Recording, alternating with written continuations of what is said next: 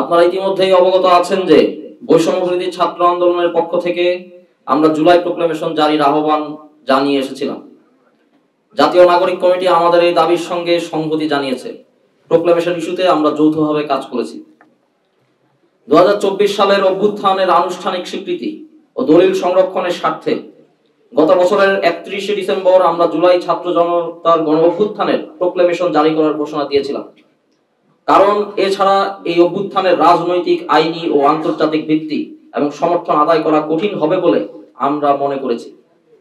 এমনকি বিদ্যমান সংবিধানের বিরুদ্ধে সংগঠিত এই গণ অভ্যুত্থানের আইনি ভিত্তি প্রদান আমাদের বিবেচনায় ছিল। পরবর্তীতে 30শে ডিসেম্বর অন্তর্বর্তীকালীন সরকার জানায় যে সকল রাজনৈতিক দল ও পক্ষকে সঙ্গে নিয়ে তারা জুলাই অভ্যুত্থানের প্রোক্লেমেশন জারি করবেন। আমরা প্রাথমিকভাবে সরকারের সিদ্ধান্তকে স্বাগত জানিয়ে গত 31শে ডিসেম্বর কেন্দ্রীয় শহীদ মিনারে মার্চ ফর ইউনিটি সমাবেশ করি। উক্ত সমাবেশ থেকে 15ই জানুয়ারির মধ্যে প্রোক্লেমেশন জারির আলটিমেটাম দেওয়া হয়। প্রিয় সাংবাদিক বন্ধুগণ, আপনারা জানেন গত 15 দিনে প্রোক্লেমেশন ইস্যুতে সরকারের তেমন কোনো দৃশ্যমান পদক্ষেপ নেই। সরকার বৈষম্য বিরোধী ছাত্র আন্দোলন সহ রাজনৈতিক দলগুলোর সঙ্গে সংলাপও শুরু করেনি। আমরা সরকারের এই অনীহা ও ধীরগতির তীব্র নিন্দা জানাচ্ছি। সরকারকে মনে রাখতে হবে, খোদ তার নিজের বৈধতার স্বীকৃতির জন্যই অবিলম্বে জুলাই প্রোক্লেমেশন জারি করা দরকার। বিদ্যমান সংবিধানের 106 অনুচ্ছেদের মতো আইনি বাধ্যবাধকতাহীন অনুচ্ছেদ এই সরকারের পূর্ণাঙ্গ বৈধতা ভিত্তিমূল হতে পারে না।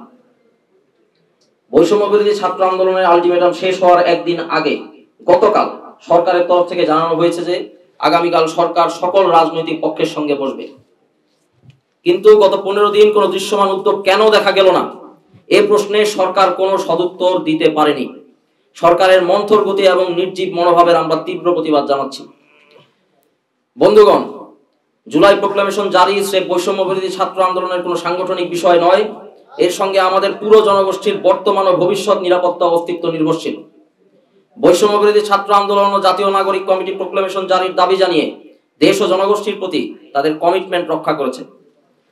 আমরা সরকারকে স্পষ্ট ভাষায় জানিয়ে দিতে চাই, বৈষম্য বিরোধী ছাত্র আন্দোলন, জাতীয় নাগরিক কমিটি সহ গণ অভ্যুত্থানের সকল অংশীজনদের সঙ্গে আলোচনা করে অবিলম্বে প্রোক্লেমেশন জারির তারিখ ঘোষণা করুন। জুলাই অভ্যুত্থানের প্রেক্ষাপট ও অভিমুখ নির্ধারণ করে এমন বক্তব্য প্রোক্লেমেশনে রাখতে হবে।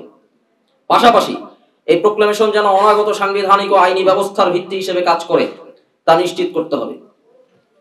রাজনৈতিক দলগুলোর প্রতি আমাদের আহ্বান, আসুন মতপার্থক্য দূরে সরিয়ে রেখে বাংলাদেশ প্রশ্নে আমরা এক হই।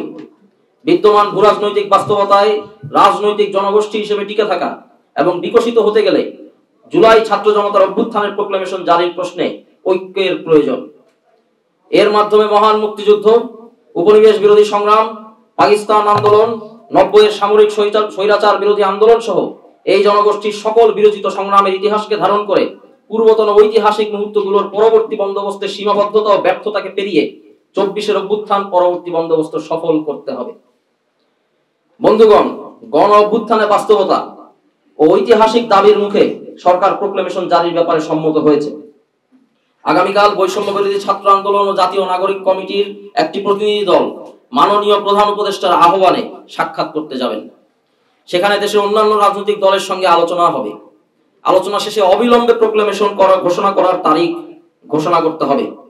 কোনো প্রকারের কালক্ষেপণ ও গড়িমসি ছাত্র জনতা বরদাস্ত করবে না।